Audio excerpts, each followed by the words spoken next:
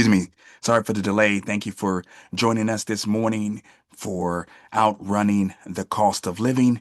Today we're going to be discussing a interesting topic, or at least I consider it an interesting topic, and that is home equity a trap? Is it a kind of mystery?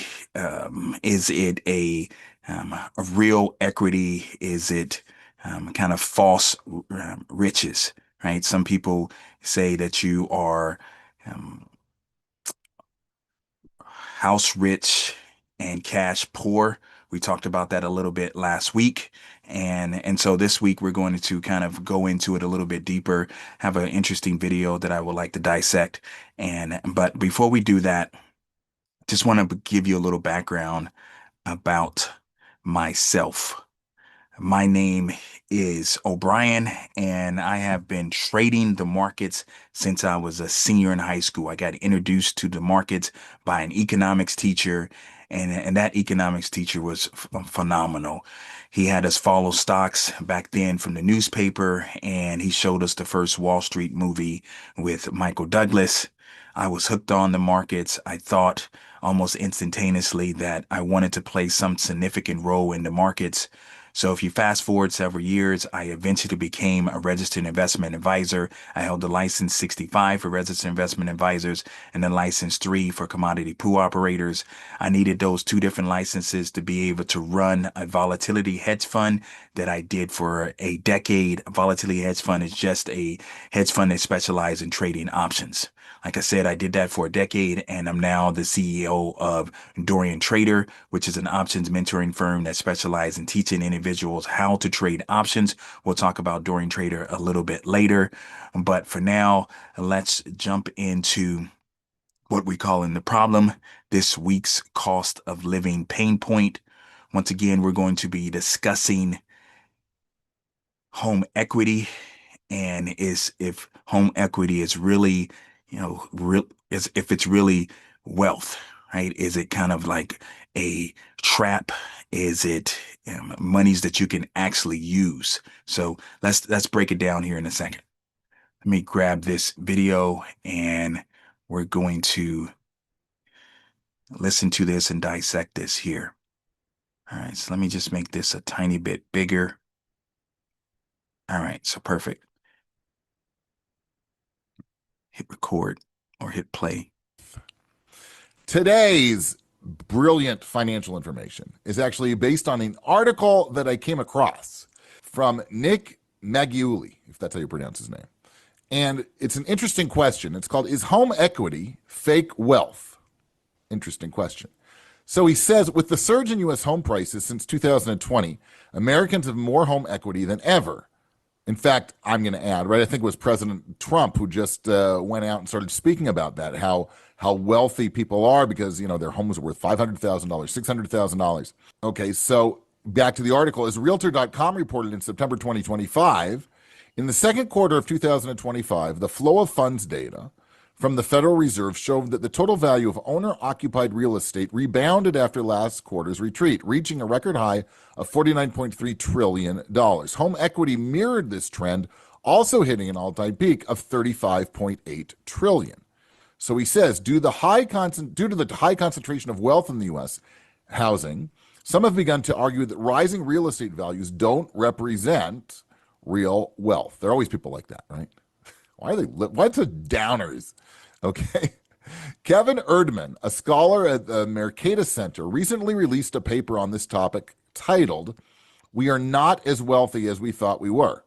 In the paper, Erdman claims that rising U.S. home values don't translate to tangible wealth changes, but to a regressive transfer of incomes from tenants and new home buyers to existing real estate owners. He argues that home values are going up because of undersupply, not because Americans are getting richer.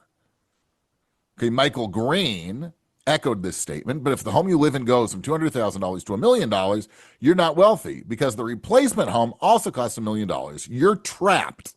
You can't sell the house and take the profit because you still need a place to sleep, and the house across the street also costs $1 million. You haven't gained purchasing power. You have simply experienced a revaluation of your cost of living. Okay. So So that's an interesting point, right? Is that you have gained a significant amount of equity in your home. And I know a ton of people have over the last, let's say, 5 years. Almost every house across, on average, across the United States have went up significantly. At some points, it was going up, like 20% multiple years in a row, which is just insane. But is that real wealth that you can help yourself on a daily basis be able to outpace or outrun the cost of living. And so this this gentleman is going to argue that it is and that it is good, it is real wealth. I'm going to argue, like this article, is that if you wanted to get a new house, you're going to have to take some of that equity to be able to buy the new house. And if you don't, that new house is going to have a mortgage more than what you currently have. And most of us don't want to downgrade our lifestyles, especially if it's not in retirement. And a lot of us, even in retirement, we don't want to downgrade our lifestyles. So this gentleman's going to argue a few points, and we're going to counter those points. But I think this is very interesting subject because, once again, you don't usually want to downgrade your lifestyle, and you might say, well, I can go to a different location, different city, things like that, to be able to have a cheaper lifestyle. I'm not certain people would want to do that. They're comfortable with their location. They've been in their house for several years. Um, I'm not sure that's the case. If you got a different opinion, please put it in the comments. Super appreciate it. so it's interesting. It's definitely um, an interesting approach, right? That because we all know that, right? I know that, just, every now and then I go and see what's in the marketplace. But if you're going to move to a similar type of place that you're currently living in, the price should be similar, right? But this is where I disagree. There are two main places or two main situations, that is, where you actually can book and take to the bank some of that home equity. The first one is, you're young, you can always rent. Just rent, okay? Bank the $1 million that your home is worth and start paying a fraction of that. Invest the rest of the money. In fact, Magueli says, in particular, U.S. rents are up 4 times in nominal terms since 1984, while incomes are up about 3.6%. His point is that your income and rent are almost moving up in tandem. So it's like a bonanza. You can just rent, your income will cover it, and then the remaining money you can just go ahead and invest. But even if you don't do that, if you park $1 million into the bank, you will probably be able to, in most cities, create a portfolio where you can generate the income you need to pay rent, at least, and still be able to grow your portfolio. So that, I think, is really, really interesting. Now, just to counter this point really quickly, if you have a house that, just say, use an example that he mentioned, you had a house that you paid, let's just say, 300,000, something in that area, even if it was 400 or 500,000, and that house is now worth 1 million, where you're going to be able to go rent something equivalent. Think about that, right? I believe across the United States, the average rent is like $2,000.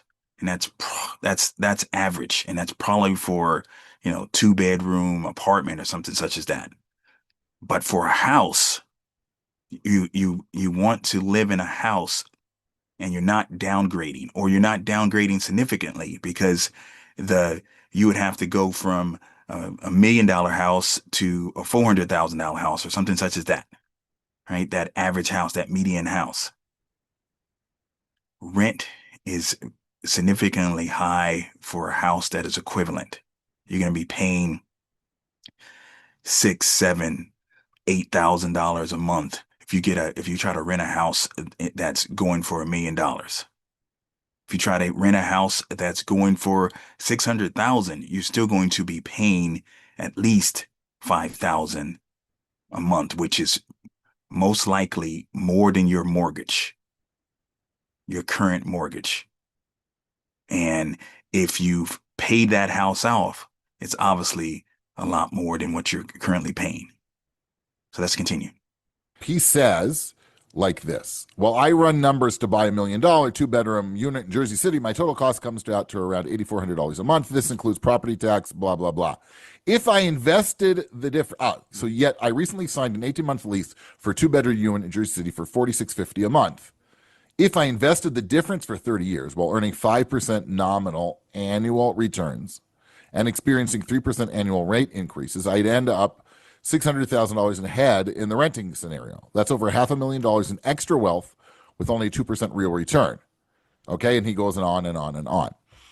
I'd like to take a slightly different approach. So renting is totally legitimate. The other thing, which is even more legitimate, and I mentioned this in the past, is that one of the most frequent conversations I'm now having with clients or in consultations is people who are considering assisted living facilities where they have to figure out a way to pay for them. Oftentimes here in Israel, they require a down payment and then a monthly payment along the way. Some of the down payment you lose, depends on the model. But for those people, I guess it's similar to renting, right? Because that's ultimately sort of what they're doing, sort of higher cost renting. But it's huge. They have now money from their home, which they can go ahead and transfer and continue on their nice living situation, right? If they had no home equity, like what they said, or you don't have any money, it's just a revaluation of your wealth from one thing to the other, whatever highfalutin stuff they were talking about. It's not really true because let's say, you're past retirement age and it's becoming hard for you to live on your own and you're contemplating assisted living. Well, you can take your home equity, use it for that down payment, use it to fund the rent, and still have money left over. Sounds like a pretty good situation. This is why, I'm just going to interject, I'm not such a big fan of the financial media because the financial media writes things, but they never sit across some living, breathing clients like we do. And some of the things they talk about, well, theoretically, that's interesting, right? And in practice, yes, there is tremendous value to the increased home equity that you now have. Maybe. So this gentleman is pointing out a certain situation, right? You have to downgrade your life because you need assisted living.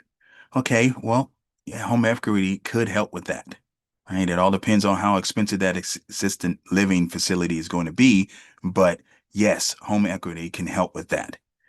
My argument is not having home equity is bad or it's a um, something that you shouldn't have. I mean, it's better than not having some home equity, but I'm just saying that it's not a it's not helping your everyday lifestyle, right? Because if you get a HELOC loan, you have to pay that back. If you try to sell your house, you still have to live somewhere.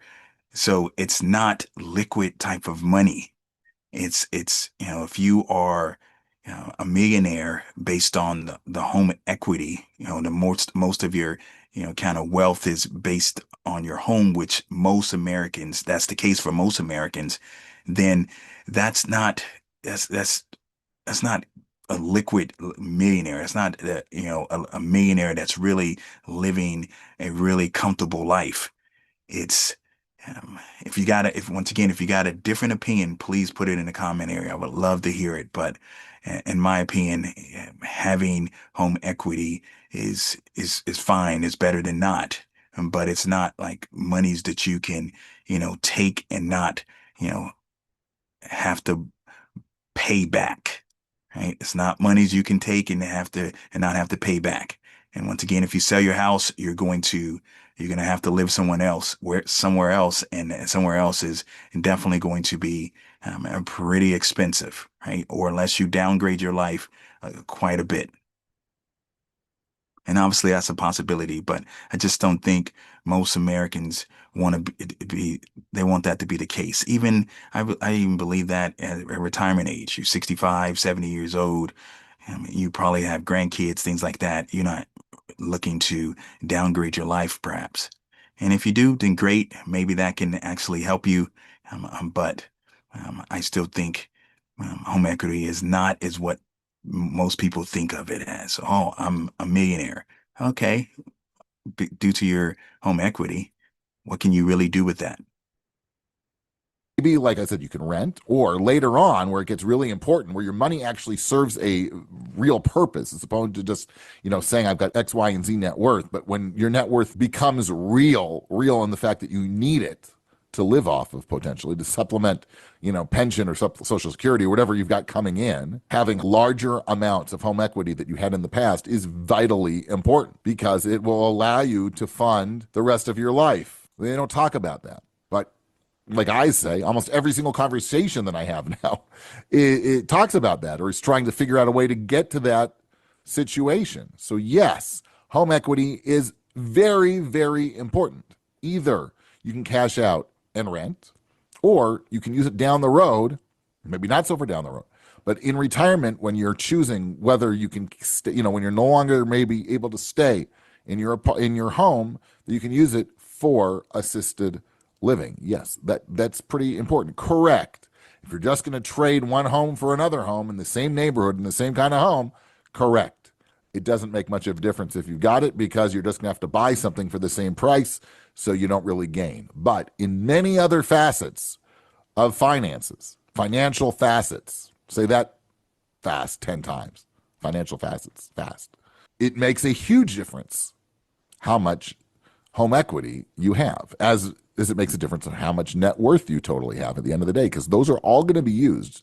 All those monies are going to be used for a way to ultimately allow you to achieve your goals and needs, which may very well entail living somewhere else, which could be a little bit more costly. But now, thanks to the fact that your value of your home is worth a lot more, you actually have a bigger pie, right? You've got more money to use to fund your retirement. So All right, so that's ended there. And I think at the end there, this gentleman agreed that if you're going to try to stay in the same neighborhood, things like that, then it's not going to make a big difference. Home equity can be awesome if you have, rental properties and things like that, and you got all of that appreciation. You already have a place to live. You're not selling that home and having to go find another home. Yeah, the home equity can be awesome in that scenario, can really be some awesome wealth. But when it's tied up in your primary home and that's the only home that you have, which that's the case for most Americans, then that home equity can be a trap. It can be a mirage of what you think your wealth it really is. Yeah, is it better to have a lot of home equity than not? Yeah, obviously that's the case, right? Because if the S hits the fan and you really need to sell your house and you have to downgrade because you're forced to, then yes, that can help you, right? That can give you some security. But not in that case, not in the case that he mentioned as well. I don't know. I think it's some fake wealth. It's some trap there. You're not really as wealthy as you might be on paper. You don't have that ability to, really have a lot of purchasing power. But with that said, let's talk about how you can fix that solution, right? How you can outrun the cost of living with a strategy that really works. And so if you had a home equity loan, right? Let's say a HELOC loan, because you had a lot of equity in your house. And if you knew how to trade, then maybe you can outrun the cost of living by trading, making more than what you have to pay back for that loan. That is a possibility. Obviously, I don't recommend that to everyone that's starting the trade. You have to prove that you can make more than what it costs to pay back something like that of a home equity loan. That's the key. You have to prove that you can make it consistently to do something like that. But that's a way your home equity can be a powerful kind of um, enhancer to your lifestyle. But if you're using a home equity loan to be able to just make to cover your bills, then you're worsening your situation. Okay. But as I say, you can use your home equity loan because you understand how to trade, or you had some cash to the side and you wanted to increase the amount that you can make each month to be able to outrun the cost of living? Well, it's a strategy that's called a covered call. It's a very conservative strategy that a lot of beginners start with if they own shares, because your shares act as an asset. I like to say the covered call strategy is like the landlord strategy, kind of using that house analogy again. If you own at least 100 shares of stock in a company, a good company, it can be any company, but a good company, you can rent those shares out just like you can rent out a house. You can rent those shares out on a weekly basis, a monthly basis, a quarterly basis, even a yearly basis. You determine how you want to do it. What we're going to show this morning is selling a covered call on a weekly basis, 7 to 12 days. We're going to be looking at 11 days that you can see on your screen right now. When you're doing a covered call, your shares act as the house. You have to have at least 100 shares. If you have 100 shares, you are,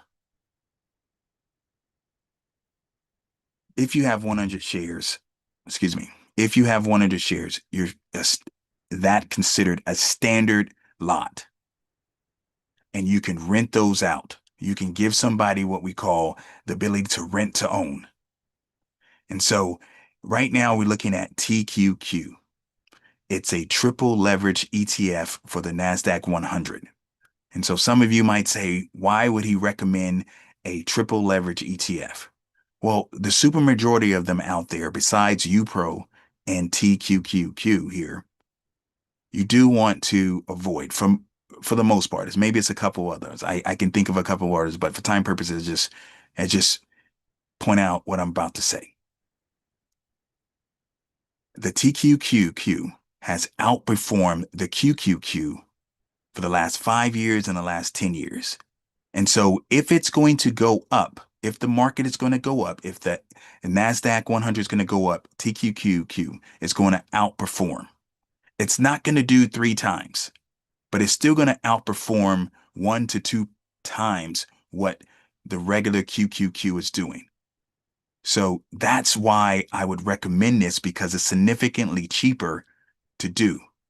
Instead of having to have, 60 plus $1,000 to be able to own 100 shares, you need less than 6,000 at this time.